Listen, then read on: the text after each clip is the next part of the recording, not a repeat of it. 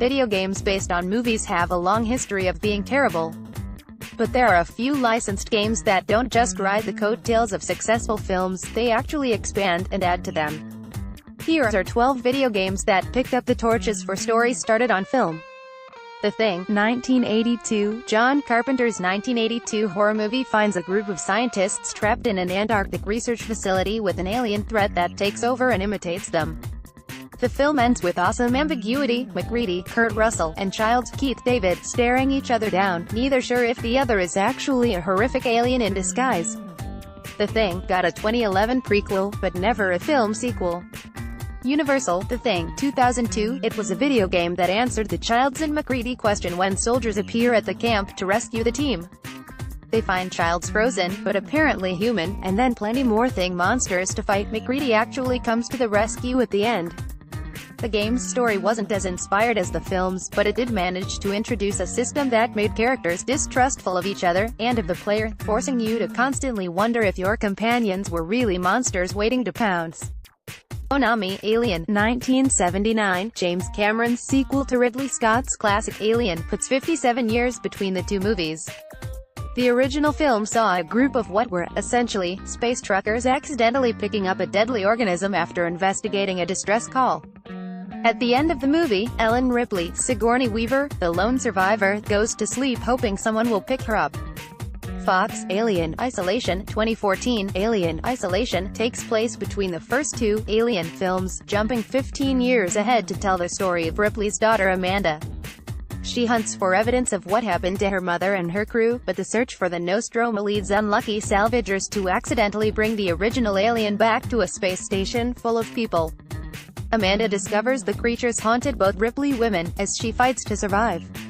Sega, Ghostbusters, 1984. Before there was the all-women reboot of Ghostbusters, fans hoped for a sequel to the original and its sequel, 1989's Ghostbusters II. Rumors floated around of it, Ghostbusters III, for years before Harold Ramis' death in 2014.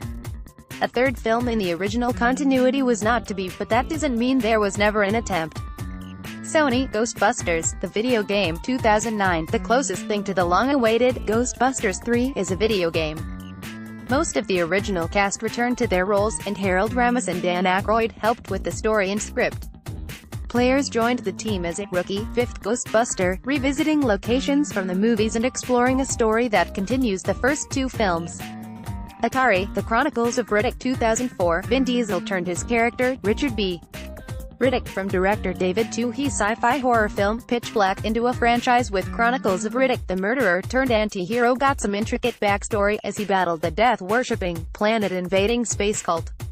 Universal, The Chronicles of Riddick, Escape from Butcher Bay, 2004. Vin Diesel worked closely with developer Starbreeze on Escape from Butcher Bay, a prequel to Pitch Black. Diesel and Twohy worked on the story for the game, which fills out Riddick's backstory with the prison break discussed in Pitch Black. Atari, The Matrix Reloaded, 2003. When the Wachowskis prepared their two sequel movies to 1999's The Matrix, they created an experience that included several media. The Animatrix was a series of short films that filled out the story of the world. For instance, the movie also left some things untold with side characters Niobe, Jada Pinkett Smith, and Ghost, Anthony Wong, that could be filled in with the tie-in video game, Enter the Matrix, Warner Brothers. Enter the Matrix, 2003. Players took part in the story of The Matrix Reloaded by taking on the roles of either Niobe or Ghost. Enter the Matrix is full of live-action scenes with the actors, directed by the Wachowskis, that look and feel like a full expansion of the movie. Warner Brothers. Interactive, The Warriors, 1979. Gangs from all over New York attend a giant meetup where Cyrus, one of the gang's leaders, proposes that together they outnumber police and could take over the city. When he's assassinated, the innocent warriors are blamed, resulting in a night of brawling as the gang fights its way back to its home on Coney Island. Paramount, The Warriors, 2005. Grand Theft Auto. Developer Rockstar Games created a game based on the 1979 cult classic The Warriors, and it's notable for its fidelity to the original movie. It brings back the original cast to voice their roles again as the Warriors fight their way across New York, and expands backstory of each of the gang's members. Rockstar Games, Jaws, The Revenge, 1989. By the time the Jaws franchise got to its fourth film, the frightening great white shark was somehow specifically targeting the family of its one-time nemesis, Chief Brody, Roy Scheider. Once you've got a monster shark going after literal, premeditated revenge, where do you go from there? Universal, Jaws Unleashed 2006. In Jaws Unleashed, you don't play as the poor residents of Amity, New York.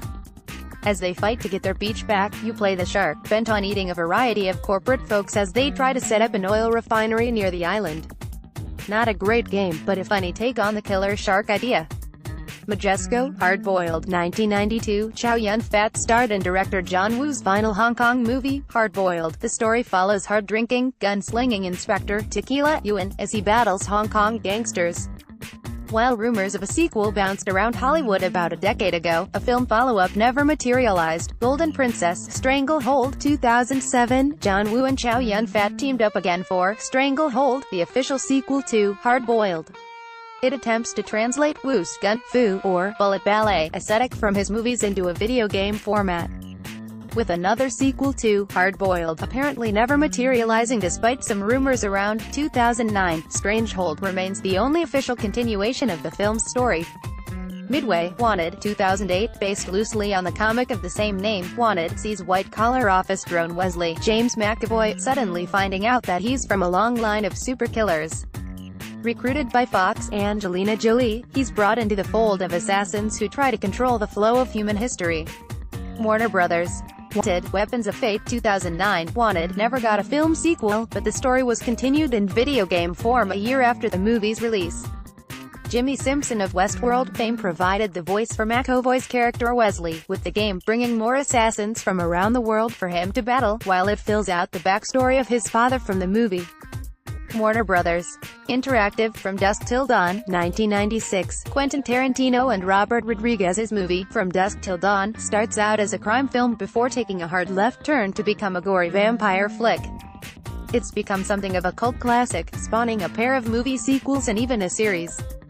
Miramax. From Dusk Till Dawn 2001. Before the film, continuations of From Dusk Till Dawn was a video game that directly followed the events of the 1996 film. Although it doesn't employ the likeness or voice of George Clooney, it does follow his character Seth Gecko, as he fights off a horde of vengeance-seeking vampires, this time on a tanker ship for some reason. Warner Brothers. Scarface 1983. Scarface chronicles the rise of Cuban immigrant Tony Montana, Al Pacino, from street thug to cocaine kingpin. He's also incredibly paranoid and violent, gunning down friends and family members when he perceives them as turning on him. All of it catches up to Tony in the end, when a kill squad sent by rivals takes Tony down in his mansion. Universal. Scarface, The World Is Yours 2006. What if Tony Montana survived the climactic, cocaine-fueled battle in his mansion at the end of 1983's Scarface? That's where the 2006 video game comes in. The game features Pacino's likeness for Tony but not his voice. The actor believed his voice had changed too much over the years, so he personally selected Andre Sogliuzzo to take over the role. Other original cast members, including Robert Loggia and Stephen Bauer, voiced new characters in the game. Sierra, Back to the Future 1985. The original Back to the Future trilogy wraps up a pretty cogent story of time travel shenanigans. Marty McFly, Michael J. Fox, manages to get himself stuck in, and then freed from, 1985, save his son from jail in the future, and rescue Doc Brown, Christopher Lloyd, from certain doom in the Old West. It's a trilogy that doesn't really need a sequel, but then again, everyone loves Marty and Doc. Universal. Back to the Future, the game, 2010, before it made a name for itself with its phenomenal adaptation of The Walking Dead comic series, developer Telltale Games continued the story of Back to the Future, Beyond, Part 3.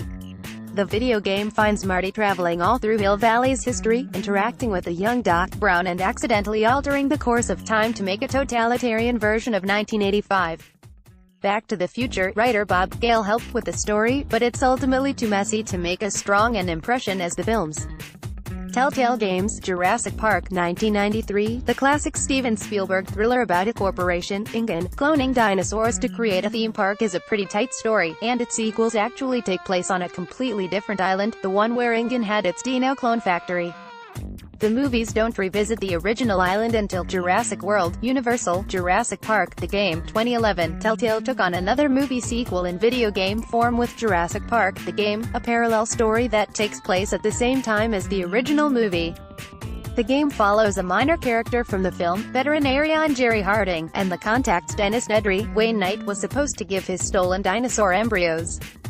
This sequel is mostly a chance to revisit the 1993 film from a different perspective, and watch dinosaurs eat a few people.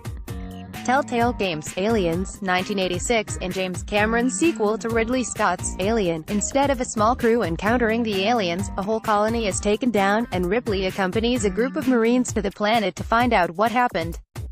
Most of the Marines are killed, and fans were famously disappointed when survivors Newt, Carrie Henn, and Hicks, Michael Biehn, were killed off-screen in Alien 3, Fox, Aliens, Colonial Marines, 2013. Like Alien, Isolation, Aliens, Colonial Marines adds more story between the existing Alien films. The game focuses on the Marine rescue team that would have come to save the characters from the film.